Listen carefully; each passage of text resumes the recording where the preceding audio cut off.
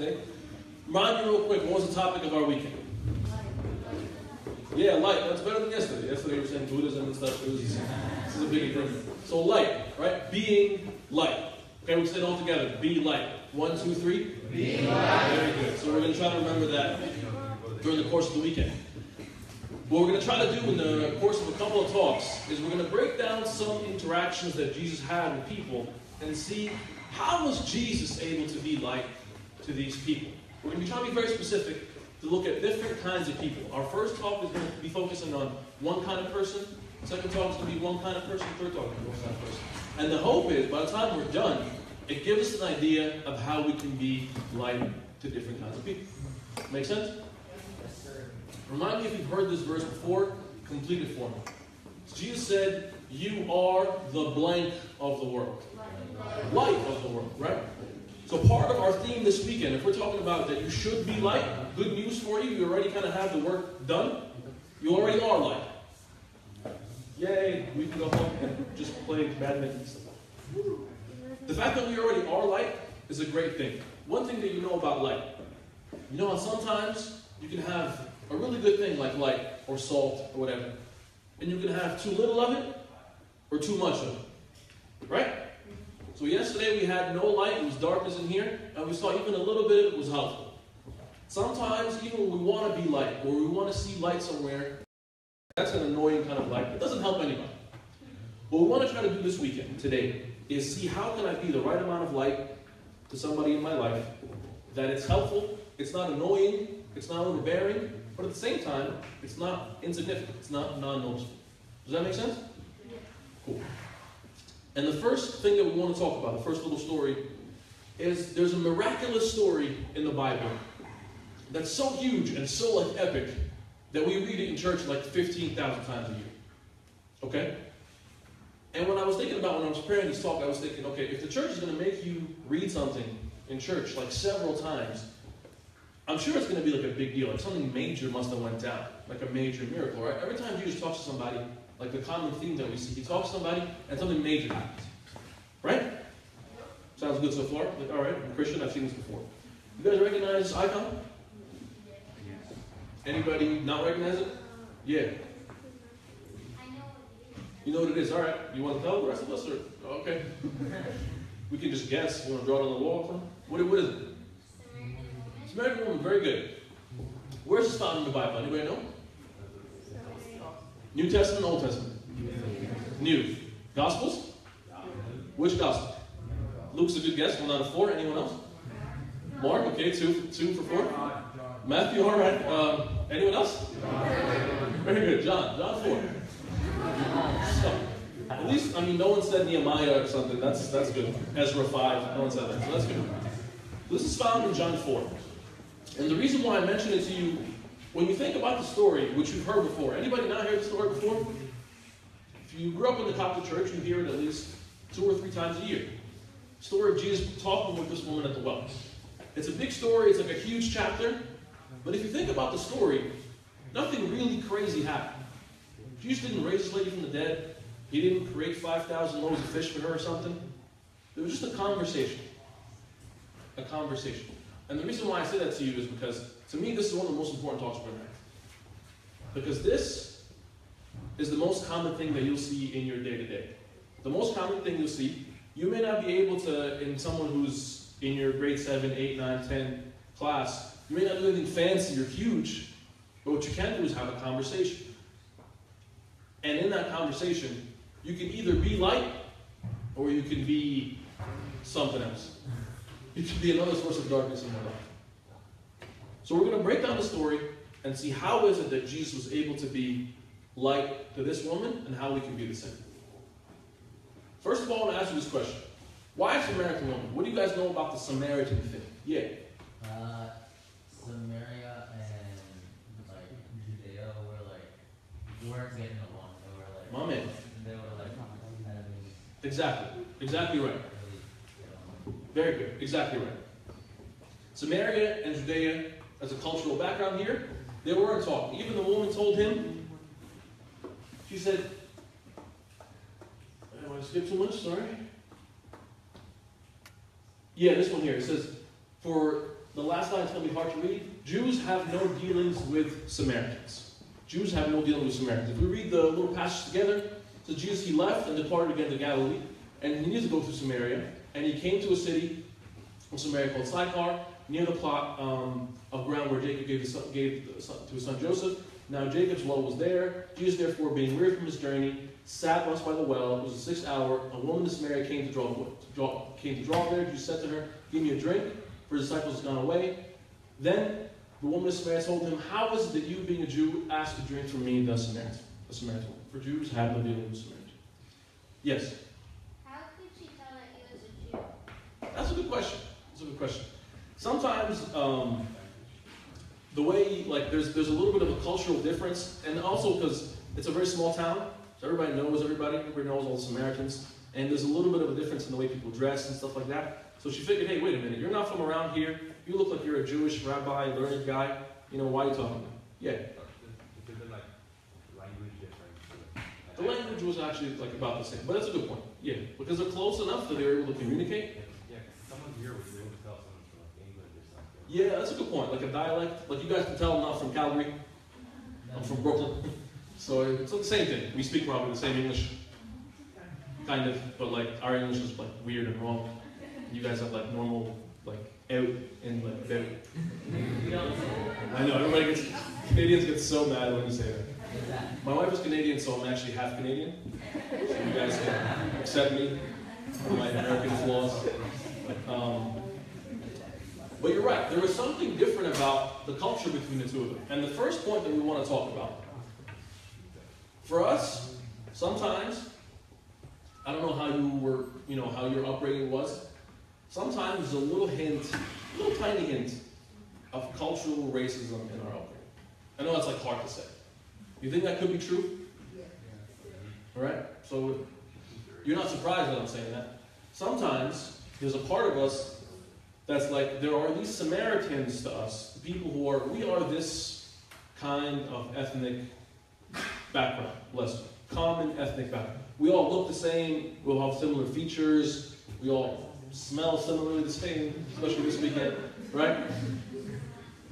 But there are people, I presume, that you go to school with, that you work with, that don't look like you, right? And sometimes, whether you're talking to each other, or maybe you're talking to somebody older from our culture, say, no, Habibi, we have no dealings with these people. These bad people of whatever culture. I don't know there are words for them here. For us, we're growing up like American. Like, we're American too, Mom. But you know what I'm saying? This little first part of accepting the fact that people who don't look like us, but that we live with and we work with and we know, and it's like we interact with them all the time, there's a responsibility that we have towards them. So it says here, this lady said, you don't look like me, so you don't talk to me, or you shouldn't really care about me. I'll give you an example. Have you guys ever heard of like organizations that raise money for like orphans in Egypt? Right? There's a ton of that. There's a ton of organizations that raise things for people who are poor in Egypt. But then every once in a while, I remember that there are also poor people who live in other countries. It's like really weird, but they exist, And sometimes we get so focused on our own culture that we miss that. So that's our first point. Our first principle is Jesus had dealings with Samaritans and social groups. And Samaritans are people that don't look like us, don't have the same culture as we do, but we care about them. And then this was sorry, my clicker is acting up. This is why I don't usually use PowerPoints. There's a slide in the middle that says, who's our Samaritans? Who are our Samaritans? Give me some examples. Who do you think are maybe people that don't look like you and you may not usually have dealings with? What do you think? Americans? Definitely don't deal with Americans because we talk funny. Yeah. People in jail, that's a good one. Who else? Homeless people? That's a good thought. Yeah, who else? Yeah. ISIS. Yeah, I mean, that kind of escalated pretty quickly there, but I would say, I'm not encouraging you to hang out with ISIS. Don't tweet at them or anything. That's a different kind of thing. Just to be clear, let me clarify. Maybe you didn't understand what I meant by Samaritans. Samaritans are like a symbol of someone who's near enough to you. They look similar to you, but they're still different enough that you feel like, you know what? You're not the same upbringing as me. You're not Egyptian like me. You're not whatever like me. Should I really, really care about you? Or not? Huh? Maybe handicaps. Maybe culturally, even you guys have like Aboriginal people here. That's the word here. It's a cool word. Yeah. Huh? Other religions. Yeah, very good. Right? Maybe other religions. Someone who's Muslim, Hindu, Buddhist. You guys have those in Calgary? Right? We have a lot of them, right? Is everybody here Coptic? Like in Calgary? Like in the nation of Calgary? In the kingdom of Calgary? Is everybody Coptic? No, right? People who are not Coptic, basically is what I'm talking about. People who are not Coptic have a different faith, or skin color, or religion, or ethnicity. That's who we're talking about. Does that make sense? So far, so good? Okay. Okay. So then comes this little interaction in the story. Then Jesus answers her and says to her, like, if you know the gift of God and who it is who speaks to you and says, give me a drink, you would ask for him and he would give you living water. And then the woman said to him, sir, you have nothing to draw with and the well is deep. And the question on the top of the PowerPoint slide there is, does Jesus have no buckets? The woman said to Jesus, Jesus, you seem like a nice guy. You seem like you want nice things for people. But you can't do stuff. You can't really help the cause. I'm going to ask you, and I've done this, like I've had the opportunity to take like surveys of people throughout North America and Europe. When you ask somebody your age who Jesus is, what do you think they say? What do people know about Jesus? Like there's a lot of stuff on TV, maybe, whatever. Yeah. It really depends. Ah, very good. Some are offensive, and then some people believe. Yeah. So, Very good. It really depends. It totally does depend. And what else do you think? Like, okay, so if someone is not a Christian, and you were asked them about this Jesus guy, what do you think they would say? Or have you asked somebody that's not a Christian about this Jesus guy? And have you seen what they would say? Huh? Ask them what. Like, who is he? What's up with that guy? Have you ever asked that question to people that you know? They probably say like what they know about Jesus. But Yeah.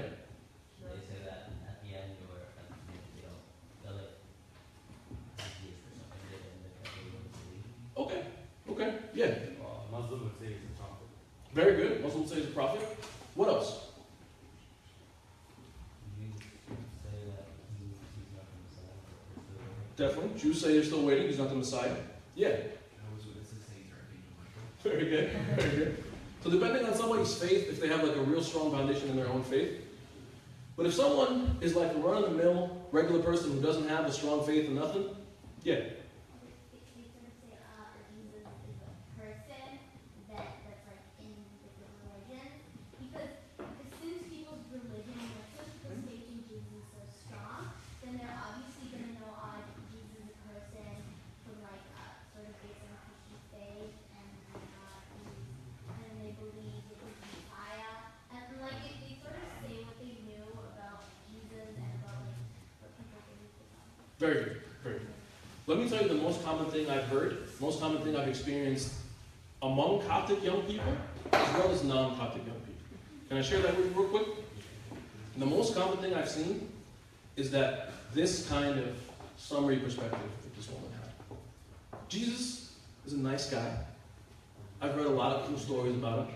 But no one's going to say Jesus is an evil guy. He didn't do bad stuff. He seems pretty cool. He's a nice guy, but he can't do nothing for me. That's like at the bottom, and we were talking with the servants yesterday of like things that we struggle with, like sins and bad stuff and don't do bad stuff. You know what's at the heart of all that stuff? Is this sentence. What do you believe about Jesus for you? Do you believe that Jesus is a guy that you can meet at the water cooler? And you be like, Jesus, you seem like a nice guy, but you have nothing to draw with. Like, you can't even get yourself water. Forget about getting me water. You can't help me. You make some really nice pictures. We have great icons of you at home. I totally like dig them. They make the decor great. But when it comes to him really helping you, Like if a friend of yours in school next to you would be like, hey, like, you're into Jesus, you go a whole weekend in this like camp in the middle of nowhere. But does this Jesus guy actually help you with stuff? A lot of us, when we're honest, nah. I mean, really, he doesn't really help me. I mean, he's cool. He's really nice. He's like an old family friend. My whole family knows him. All our friends, we talk about him sometimes. You know, he was so. You should meet Jesus. Oh my gosh, he's so nice. But there's a huge, huge difference between believing that Jesus is a guy who's nice and can't do nothing for you, versus believing that Jesus is God incarnate, is real, is for real, like is a real person that you know and you interact with, and he's the king of the universe and all that stuff, and he knows and loves you.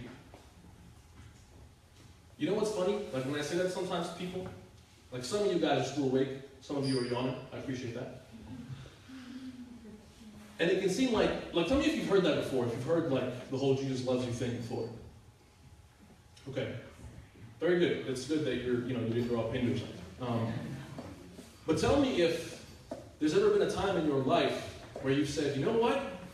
This is the most real truth ever. This is sincere. This makes a difference to me. That's one of the differences, the crossing over points, from being someone who's like a spectator in church to being an active Christian. You know what I'm saying? What you believe about Jesus doing for you is a difference maker. And then, the flip side of this whole conversation, the light that you can have for other people is this question. Answering this question. The light in the conversations that you have with people is how Jesus is not someone who's cute and has nice stories and can't do anything for me, but it's someone who makes a real difference in my life, in my day-to-day life. Does that make sense so far? So the story continues. She says to him, are you greater than our father Jacob, who gave us the well and drank from it himself, as well as his sons and his livestock? And Jesus answered and said to her, whoever drinks of this water will thirst again, but whoever drinks of the water that I shall give him will never thirst. But the water that I shall give him will come in him and 75, okay. Actually, a really small amount. Actually, a really small amount. Okay, so you want to give me a number? That's okay, go ahead. 2%. 40 40 around? 75%. Yeah. Huh? 10%. Okay, yeah. 15%. So just by show of hands, raise your hand if you think it's a high number. Raise your hand if you think it's a low number. Okay, thank you for being honest. Raise your hand again if you think it's a low number. Okay, very good. I want you to just appreciate that real quick. And that is the answer to our second question, is how many Christians invite people to church? That's 2%. 2%. And if it was Catholic people... Wait, 2%, that's low. 2%, yeah. You know what I'm saying? 2%, the second question here. How many Christians invite friends to church? In this study, roughly 2.5% young percent. And I am confident that if this was studied closer in the Coptic Church, it would be less, which is hard. I don't know, 2%. But you know why that is, though? The reason why that is 2% invite people to church is because exactly what you said. I'm sure if you invite somebody to church, they wouldn't want to come to church. I don't really want to come to church. Right? I don't know if maybe I do, but my servants are really great. They make me come. My parents are trying to make me come to church. The surprising statistic, ladies and gentlemen, is that it's 82% of people who are not churched say if a close friend invited them to church, they'd give it a shot. 82%. And I would be happy to share with you the study. I just didn't want to be boring and put it up here. But that 2% of people that are us, that never even try to invite somebody, I'm not even just church, youth group, youth meeting. The people that I've met who are converts into the Orthodox Church, and there was a lot in the Coptic Church, you know how many of them told me, like, I became a Christian because I had the vision and Merimina came, and like, none of them. Nobody. Every single person that I met who's an active Coptic Orthodox person who's not Egyptian, who's black, Indian, Mexican, Switzerlandish, whatever, right? What do they call them? Swedish? That's Sweden. Don't try to trick me. I know. I'm not American, dumb. Swiss, like Swiss cheese. Yeah, all the Swiss cheese that converted, like all of them. All of them. Let me tell you, real quick. All of them had this kind of story. And they just had a regular conversation, and a friend was like, "Hey man, you want to check out my like youth group thing? It's pretty cool." I'm like, "Yeah, all right, I'll try it." And they tried it, and it's pretty cool, and there's some value in it, and they stay.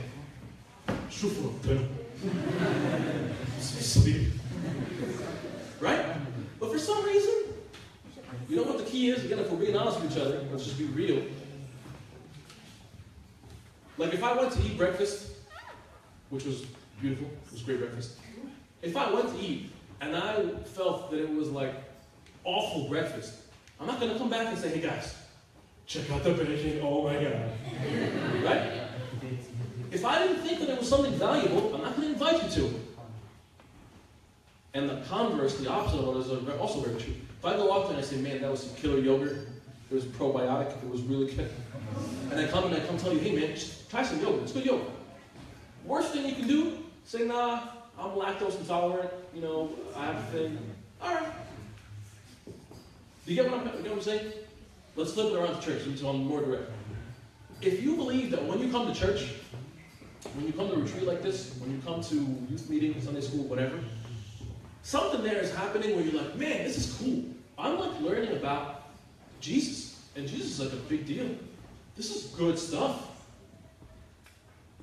It's good stuff worth sharing. Let me put it to you this way. Anybody here on Facebook? You guys have Facebook? No, right? We're like so on Snapchat. Facebook is so 2005. I get it. Okay. If you find something on Facebook that you think is relatively interesting, that you agree with, what do? You like it. You say, "Oh, yeah, okay." If you find something on Facebook that you think is interesting and you have something to say about it, what do? You comment on it. If you find something on Facebook that's so amazing, like, "Oh my God, all my friends need to know about this," what do? You close your phone. Okay, that's weird. But the rest of you share. Right? Are you sharing Jesus on Facebook? No? Friends would think I'm so weird. Jesus has his own Facebook page. Shh. Do you know what I'm saying? It's not about sharing Jesus on Facebook. But the point is, if you can share things that you like on Facebook and Twitter and Snapchat and Instagram and what? Welcome to 1996. Then if we believed that there's something valuable to share, then we will share. And my point of this talk is that in sharing or in being light to people, it doesn't have to be complicated, it doesn't have to be a big deal. Sometimes if you just invite somebody, say, "Hey man, actually, oh, you don't have a ride? Like, I can pick you up. You know, would you be down to experience?" And our opinion, our presumption is wrong. Wrong. That everybody like hates God and hates church and doesn't want anything. It's just not true. You know why that's not true? You know why we think that? Because if you're in a room full of people, like me in this room right now, and I don't know what you guys think of me. Maybe you think whatever. But if one of you stands up and like yells and screams and curses at me, I'll figure, okay, maybe this one person is speaking for the group. And I'll go home and like cry and say, "Oh, okay." So, but that's what happens with us when there's like one atheist person who's so loud and mean and we figure, oh, they probably speak for everybody. I'm sure everybody feels that way. They don't. Most people that are your age, younger, older, are pretty on the fence. Like, oh, I don't really know much about God. Sometimes I have questions. Sometimes I wish people would ask me stuff, would ask me what I think about God so I could share with them my thoughts. I don't know that much. That's the most common thing for people. It's not. You know what I'm saying? This common kind of story is the most common way for someone to become a Christian. That's why I love it so much. And we'll keep going. This is one of the most important points that I want to share with you. If I say nothing else, I hope this comes across. The woman said to him, "Sir, give me this water that I may not thirst, nor come again to draw." Jesus said to her, "Go call your husband and come here." The woman said, "I have no husband." You have said, "Well, I have no husband. You've had 5 husbands, and the one who's not with you now is not your husband." This is the part of the story, if you've ever heard a Samaritan woman story, sermon, you're like, "Oh, Jesus broke it down now. No, call your husband, girl. You know you got some things going on in your life." This is the part, the reason why I say this is so important. Even in the course of a day and a half, people were telling me, "Okay, you know what? I have friends who are Coptic, non-Coptic, and they want to come to church. But you know what? They've had, 5 husbands. Or not really 5 husbands. Like, they have a drug problem. Smoking a lot of weed. How can they come to church and smoking a lot of weed? Y'all smell it. How can they come to church if they, whatever, they just had a baby, and they're like 11. I know, biology, it's coming up. It's going to come. You'll get it. All right, cool. These guys are so distracted up here. It's okay. It doesn't matter. You know what I'm saying? At some point in your life, you have felt this. You have felt, "Hey man, how am I going to come to church? I do stuff that's not churchy. I've done non-church things. How am I going to go to church? That's not right. How am I going to go to Bible study? How am I going to do this? How am I going to open my Bible at home? I can't. It doesn't make sense. I'm not going to do it. Right? You've thought about it at some point. You thought, what I've done is so bad, even if it's not so bad. Oh, I said this. I did that. Or whatever. You've thought it, and so have other people. And when other people come to you and say, I have this thing, this lifestyle thing, this sin thing. Do we understand the difference between a symptom and a disease? I know you guys are still learning stuff, and I applaud you for learning stuff. What's a symptom? Yeah. It's like a thing like a thing that someone does. Uh-huh. Or like... Give me an example. Give me an example of a symptom. So for example, if you have a cold, Yeah. you're going to see symptoms that someone's coughing. Very good. Very good. So, very good. Background, so I'm into medicine and stuff. I'm a physician, okay? Sometimes I work with people who are really, really good, and they call me in the middle of the night and say, "Hey, this patient has a fever. Can we give him some to take away the fever?" Is fever a disease? Just raise your hand if fever is a disease. Anybody have like a family member? Well, not to get too technical for you, but no, right? It's not a disease. What's fever? It's a symptom, right? It's a symptom. If your temperature is high, what could that mean? Something else in your body could be wrong. Just keep it real simple, right? Sin, ladies and gentlemen, is not the disease. Sin is a symptom. Sin is telling us that there's something else wrong in our life. The something else wrong is your relationship with Jesus. That's the disease. That's the biggest thing that matters in your life and in the life of somebody else around you. Let me tell you why that matters. You go, someone comes up to you and says, "I have this disease, or I have this symptom of whatever, the weed thing, the whatever struggle, issue thing that they're having." Right? And you tell them, "Okay, but before you come to the hospital, that is the church, just fix that. Fix all of that. Before you come see the doctor, just get better a little bit, all right? But this comes back." Does that make sense? But it's our tendency. Our number one tendency, if we see somebody sinning, if we see somebody making a mistake, fix the mistake. Fix the mistake, make it less mistakable, and then come. And then come be Christian. What? For me and you, if we are sick, if we have a little bit of a zokam, the number one thing to do is do what? Go to Dr. Jesus. I mean spiritually. If you feel like you're spiritually sick, you made a mistake. You sinned. You did something bad. You texted somebody bad. You saw something bad on the internet you shouldn't be seeing. You did something mean to people that you shouldn't have been mean to. That's a symptom. And your number one reaction is to run to the doctor. Does that make sense? This is a game-changing kind of idea. Let me tell you why. It's because if you take that approach with other people in your life that you go to school with, that you know they have something going on, that they've done some stuff, and you tell them, hey, you don't have to fix your stuff before you can come to church, it's a big weight off their shoulders. Oh, you mean I don't have to fix everything before I can go see who God is? No. You can come to church with your stuff. It's the role of God to take your stuff. It's not your role to fix your stuff. You can't fix your stuff. Does that make sense to you? I know it can make sense, but trust me, in the course of an hour conversation, we just kept repeating it back. Yeah, I get it, but what if they're still smoking weed? They can still pray. They can still read the Bible. The way to change, catch this for me for 1 second, the way to change a bad behavior is by focusing on the person who can change the behavior, who is Jesus. Yeah.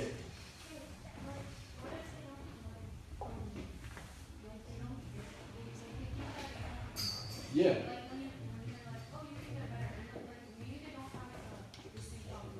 Yeah. Yeah, yeah. Yeah.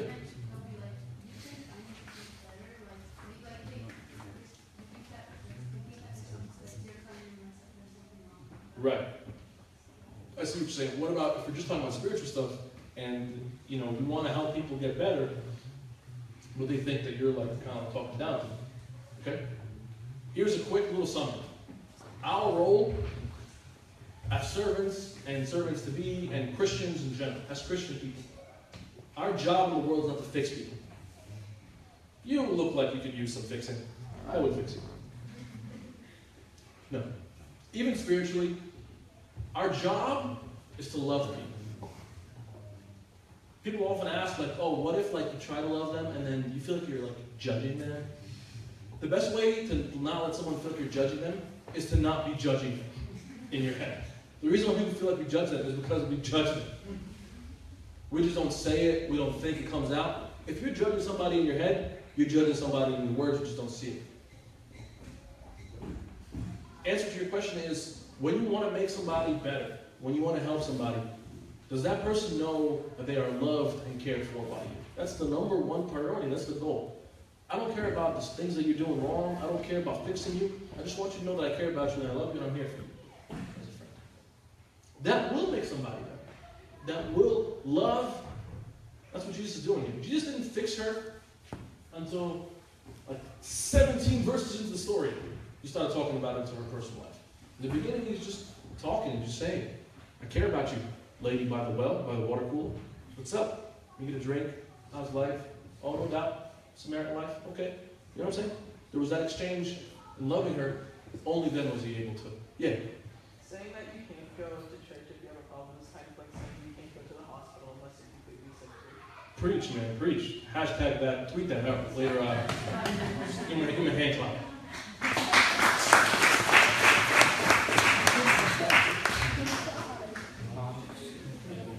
Make sense? We beat that point to death because it's really important. All right? And then we're almost done. We're pretty much finishing it. So then she said to him, I know that Messiah is coming. When he comes, he tells us those things. And he says, I who speak to you am he. And that's where the story kind of, the culmination of the story, the point of, one Orthodox writer once said, if you understand that everything that we do in church, this morning when we were praying that Gbeya, you know how there was one part of it that when that Gbeya was logged out and it just said powered by Prometric. I thought we were just going to read that. And powered by Prometric. Just because sometimes the way we pray, I feel hey, hi, anybody? Hi, anybody awake? Or we just blah, blah, blah. The reason I say that is because if we understand that the goal of everything that we're doing in church whether it's the Agpeya, whether it's the liturgy, there is one goal and one goal. What's that goal? Who knows? Anybody? Anybody Christian? Yeah. Okay, that's good, but it's not like the number one goal. Yeah. Okay, it's kind of on the screen, but yeah. For us to achieve the image of Christ.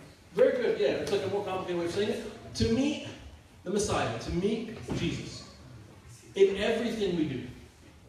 Every little thing we do. And ask yourself, this is a good habit to get into when you're young, because for us in the Catholic Church, the blessing is that we have so many ways to meet Jesus, but the curse is that if you're doing it and your brain is turned off, you're like, oh, I think I'm just supposed to stay in here and recite things for 45 minutes. Okay. No. The one goal is to meet the Messiah, to meet Jesus in everything we do. If you're not doing that, then just reevaluate. Just say, hold on a second. Ask somebody to help you. Ask the servant, say, hey, servant, you're smart. You do servant stuff. I'm reading the Bible. I'm not meeting Jesus. Help a brother out. They'll find a way for you to say, oh, you know what, maybe you're reading it wrong. Here's a way that you can read it. And this, by the way, these talks are also kind of an example of how to read the Bible. Because you want to read through a short story and try to get, what is everything meaning? What is it saying? How can I apply it to myself? But the point I'm making is, the goal of it all is meeting the Messiah. And then once we do meet the Messiah, my man said here in the sweatshirt, the natural thing that's going to happen, that other people want to meet him too. Does that make sense? But people will only want to meet him if we met him and we think he's awesome and we think he's worth meeting. Does that make sense? A lot of us, even myself, I share with you, I've been here a couple times, I don't remember what I've said, if I have it, but if it's old, just tell me. I didn't really meet Jesus until I was 18 years old. I was 18 years old in the church, never met the guy. I was like, oh, he looks cool. Hey, hello. I'm far away, never really known him, no relationship. I had my own Bible at 18. That's a tragic thing in the church. That's nobody's fault but my own, but it's tragedy. It's one of the things I mourn in my life. And you don't want to go through that in your life. You want to be as young as you are, having met the person of Jesus. And you met him, other people around you, I guarantee you will want to meet him too. And then we go through small, simple ways of how do you have that conversation. But the big goal for us here, meeting the Messiah, having that exchange, and know that he's worth sharing, and that people around you are actually interested. They're actually thirsty. They actually do want to know. Cool? Any questions? Yes? Can you talk a bit about the fear? So sometimes I feel if you invite someone to church and then they're just going to feel judged, then that deters them more from church. Right. So then you almost do this like reverse psychology thing where you're just like, well, I don't want to deter them more, and you like further stumbling blocks and you're going to do it. So can you talk about some of the fears that you've kind of encountered as something? Yeah, and sometimes the fear is like legitimate in a sense, right? And sometimes, and that's why one idea that I saw in the church that I think is really cool, maybe that you guys can try, but you don't have to. They do like a friends and family week or whatever, right? Whereas let's say that we decide as a church with servants and you guys and say, you know what, even if it once a month, once a quarter, whatever, however often we'll do it. So this weekend, our Bible study, our Sunday school, our church thing is for friends, and we're inviting friends and family. That way we expect each other to invite some friends. Hey, bring a friend. We say that 100% of the time, so we do it 0. Yeah, bring us. We can pray for, let someone come this week, come next week. I get it. Okay, we all pray. But one of the ways we can combat that fear is maybe let's just try for that weekend to make the environment a little bit more visitor friendly. For 1 week in a month. And let's just see how that goes. Maybe if church is too much for this person, because it also depends on where they are. Right? For some people, the big thing would be, hey, just come with me to like this youth outing. We have the guys go biking, come biking with us. People will come. Because the big thing about bringing people to church that you got to remember is that we are also, like we believe this, we pray this in the Prime, is that we're members of the church. Like we're the body of Christ. So if someone is hanging out with you guys, they're beginning to be introduced to the church just by being with you and biking and trampolining and whatever other outdoor activities you do in this part of the world. Does that make sense? So one thing we practically trying to just say, make it like once a month, let's just be, make this a little bit more visitor friendly that one weekend. And we'll see how that goes. Other questions? Yeah. How do you find line between I'm judging someone and trying to help, and I'm just concerned that it's I don't want to judge them, but I don't want to be wrong. Yeah. How do I focus on that? That's a good question. Like, how do I know honestly and sincerely? Like, I don't want to judge the person, but I know, hey man, this guy is doing a lot of drugs. Drugs ain't good. I'm not stupid. Something's wrong with me. Okay? Two things that will really help. This is what the church fathers say. The number one thing is, how aware are you of your own sin? Going into any encounter, okay, this guy does a lot of whatever sin stuff. I do sin stuff. And God, please have mercy on me for the sin things that I do. And I'm praying for me and for this guy. That's how priests do too, by the way. Priests are humbled by like having friends now become priests. Like how weird is that? But they tell me that going into confession, how do they not judge us? It's because they remind themselves of their own sin. Priests sin sometimes. That's what I hear. I don't know. To humble themselves, and then to be able to say like, we're in this together. I'm doing something wrong. You're doing something wrong. So that physically we're on the same level. The difference there is between speaking to somebody from a podium and saying like, I don't want to judge you, but I feel like there's something wrong in your life. Versus like, you know what? We both got issues. We both got things. So we're just going to sit down. We're going to talk about it. I got something. You got something. So doing that on like a symbolic level, getting on people's level is one way. The second way is by really going over the top of how much you love people. How much you tell them that like, we're in your own mind. We're on the same level, and I just love them. So I think what Teresa said this, or somebody famous who's like the same. Like the more you love people, the less time you have to judge them, or you have the ability to judge them. Other questions? Yeah. I think like that sometimes we're scared that if people might come and then like see our like 3 hours mass and then like they're scared and like, they don't want to come anymore. Yeah. So like, is that like, what do you? That's a good question. So there's really good resources to tell people like to prepare them for visiting the Orthodox Church. And one important thing is if you're going to invite somebody, that you give them a heads up. Like I remember one friend of mine one time invited one of his friends, and it happened to be like Palm Sunday. It's like it's not the best time to bring somebody. It was like 6 weeks that service. Like so, you know what I mean? So one part of it. Because I know we're all scared of the same thing. One part of it is this, preparing people before they come. But two, not everybody's first visit is, hey, come to liturgy from now on. It's not the first thing. There's other stuff. Hey, you know what? Come check out our Vespers. Vespers, even when they try, they can't make it that long. Come check it out. There's a little stuff, there's censer, different. You see the icons, good smells. I know it would require you to go to church on Saturday night, which is, that's tough. Or come check out, again, an event. So liturgy should not be the first thing. That's a good thing that you mentioned that, just to clarify what I said. Inviting people to church doesn't mean bring them to liturgy. Even in the old church, that wasn't the way it was. Liturgy, like liturgy of the word, was for people who learn, but the Eucharist was only for people who were like inside the church.